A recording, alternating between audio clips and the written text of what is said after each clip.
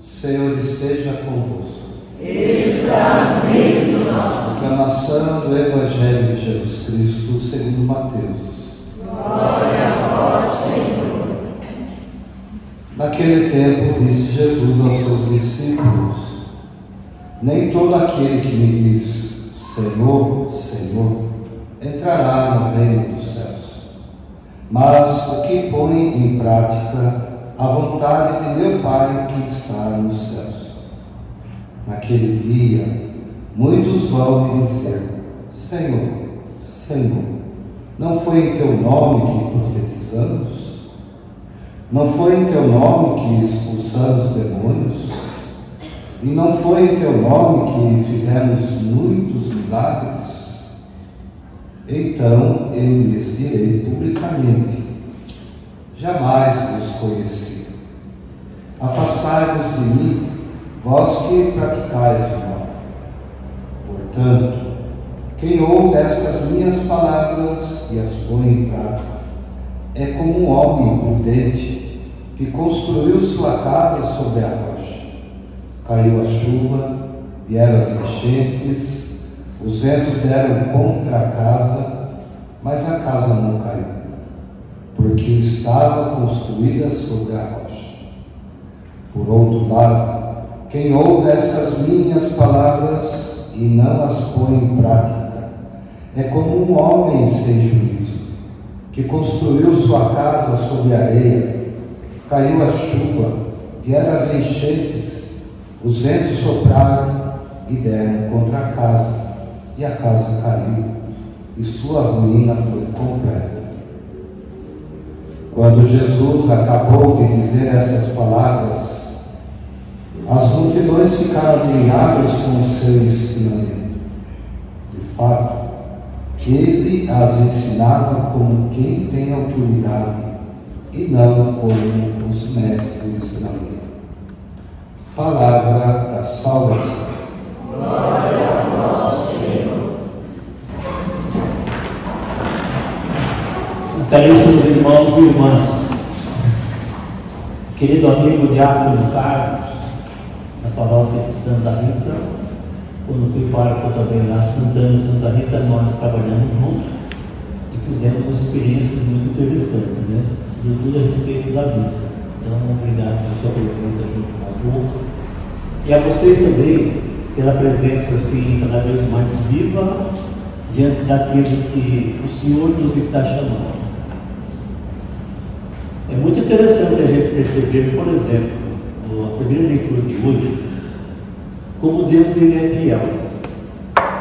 E como Abraão é realmente aquele que confia no escuro. Foi chamado lá com 35 anos para ir por outro lugar que não conhecia, não sabia onde ficava, mas confiou assim de maneira firme e forte naquilo que Deus lhe ofereceu.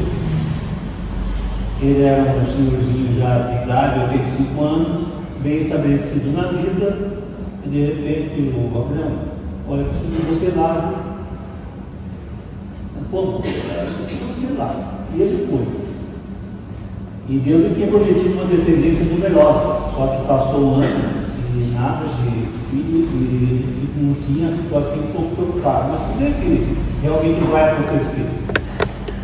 E acontece então que ele tem um filho com a escrava, Agar, e nesse fato, então, Deus já está começando a cumprir com ele aquilo que ele tinha prometido. Sua descendência vai ser maior do que o número das estrelas existentes no mundo.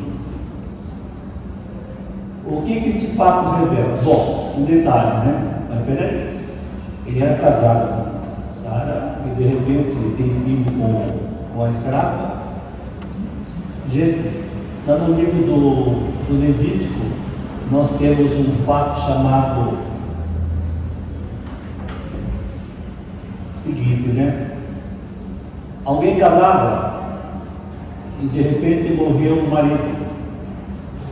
E a mulher ficava sozinha, levirada, né? Então permitia que o cunhado dela podia ter um filho com ela e ela seria considerada mãe. Por quê? Porque no Antigo Testamento quem não era mãe, quem era estéril, era tido como uma coitada, uma mulher miserável, puxa, nem filho teve. Porque ter filhos era uma grande bênção para a família, especialmente para a mulher. Então, nesse caso, Deus dá o quê? Dá o filho de Ismael, e a partir dele, então, as coisas vão indo de tal forma que isso, tudo aquilo que Deus tinha prometido, realmente aconteceu. Isso prova o quê?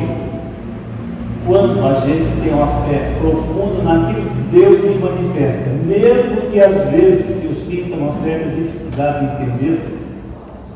Então, por exemplo, se diz alguém fala assim, padre, está vendo aquela pessoa lá? Pessoa maravilhosa, sabe? Pessoa bonita, e como está sofrendo, não? Como que dizendo, pô, parece que Deus não olha para a pessoa boa, porque a pessoa não deveria sofrer. Aí eu respondi assim para a pessoa, pois é, não. O bom dos bons que foi Jesus sofreu, né? Sofreu uma cruz terrível. Aí a pessoa fala assim, bom, padre, você já respondeu tudo, né? Respondeu tudo. Por quê? Porque na realidade a gente tem que entender que as nossas dificuldades, os problemas que nós encontramos, sempre tem assim para a gente um apelo de Deus. Não é para derrubar a gente, nem desanimar, pelo contrário, é para a gente se sentir fortalecido, fortalecida. E a partir disso, então, perceber que Deus me acompanha numa experiência talvez um pouco difícil, para que eu seja melhor, para que eu consiga responder melhor aquilo que Deus está me oferecendo. É só você recordar na sua vida particular, quantas vezes você passou por sofrimentos, e hoje você fala assim, bendito o sofrimento, por quê? Porque a partir dele, eu consegui entender a voz de Deus, e eu cresci muito com isso. De tal forma que a minha experiência hoje também é resultado daquela atitude que eu tomei no sofrimento, acompanhado pela presença viva do Senhor. Então, as dificuldades não são para derrubar a gente. As crises igualmente. Só que a gente não pode perder também a oportunidade que a crise nos coloca para fazer dela também, eu diria assim, um trampolim para a experiência da vez mais efetiva, de acordo com a vontade do Senhor. No Evangelho, nós temos exatamente o fim do Sermão da Montanha. Estão no capítulo 5, 6 e 7 de Mateus. É muito interessante perceber que Jesus, no Sermão da Montanha, que é o seu programa de vida, ele, eu digo numa linguagem minha popular, né? Jesus vira o mundo de perna para o ar. Aquilo que era comum passa a ser, às vezes, ter um novo sentido. Por exemplo, a lei mandava você amar o próximo e odiar o inimigo. Odiar o inimigo. Aí Deus fala, não é assim não, viu? Você vai lidar por ele. Vai se cruzar com ele. Ou seja, Jesus muda para mostrar o seguinte, Jesus não quer só a gente de fachada. Que aliás também está ligado, né, ao texto de hoje, Senhor, Senhor, mas eu falo Senhor, Senhor, se na minha atitude diária não corresponde àquilo que Deus espera de mim, que Senhor que é esse, né? Só da boca para fora, que não corresponde, é a mesma coisa, vamos supor, o marido do sangue, querido, eu adoro você, eu amo você, viu? Mas no dia a dia não mostra isso, como é que fica, né? Fica assim uma certa incoerência. Então Deus não nos quer só de fachada. Nos quer assim, inteiramente dedicados a Ele, para que a gente perceba que a partir da minha consagração a Ele, da minha audiência, aquilo que Ele fala, eu posso então cada vez mais perceber que, acompanhando aquilo que Deus me coloca, eu seria uma pessoa muito mais feliz e posso ajudar muitas pessoas também a serem felizes. Qual é a mensagem do Evangelho? Na linguagem do povo, viu? Esse cara é muito garganta, ele fala, mas não faz, né? Tem isso também, aqui tem. O cara é garganta é aquele que fala, mas não faz. É isso que Jesus está colocando. Por quê? Porque se nós realmente não escutamos aquilo que o Senhor nos está falando, e se nós não colocamos em prática aquilo que realmente Ele nos pede, gente, nós somos de nada. Nós não estaríamos ouvindo atentamente a Ele, porque porque não nasce nada de novo diante da audiência que eu tenho. Ele bate aqui e volta, né? Bate aqui e volta. Então, saber escutar o Senhor é exatamente perceber que, caindo no meu coração a sua palavra, o seu conselho, a tudo aquilo que ele me mostra no dia a dia, é me levar a tomar sempre novas atitudes, pôr em prática. Porque é a prática que vai dizer se eu sou cristão ou não. Se eu digo, Senhor, Senhor, mas eu odeio não sei quem, não faço bem para as pessoas, que Senhor que é o meu, né? Não é nada, porque eu estou exatamente negando o que eu estou dizendo, porque as minhas atitudes não correspondem exatamente àquilo que Deus espera de mim. Isso para a gente, eu diria assim, é um apelo muito forte para perceber que na caminhada nós estamos sempre propensos a ouvir, a escutar Deus e igualmente colocar em prática aquilo que Deus nos fala. Muitas vezes nós temos dificuldades em fazer isso, sabe por quê? Porque às vezes a gente também não coloca em prática aquilo que Deus nos tem oferecido. Eu diria assim, Deus nos dá assim 5 pilares para a gente poder viver bem a fé.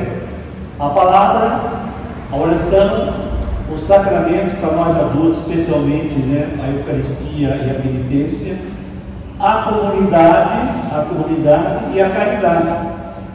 Quando a gente consegue colocar em prática esses 5 pilares, a gente exatamente está percebendo que nós estamos cada vez mais correspondendo a tudo aquilo que o Senhor está esperando de cada um de nós. Então, consequentemente, a gente está assim, pleno do Senhor, sempre buscando, porque a busca é sempre diante de situações concretas no dia a dia, diante do mundo de hoje, a gente sempre tem assim, alguma coisa para oferecer diante daquilo que Deus nos dá. Então, o que o Senhor nos pede?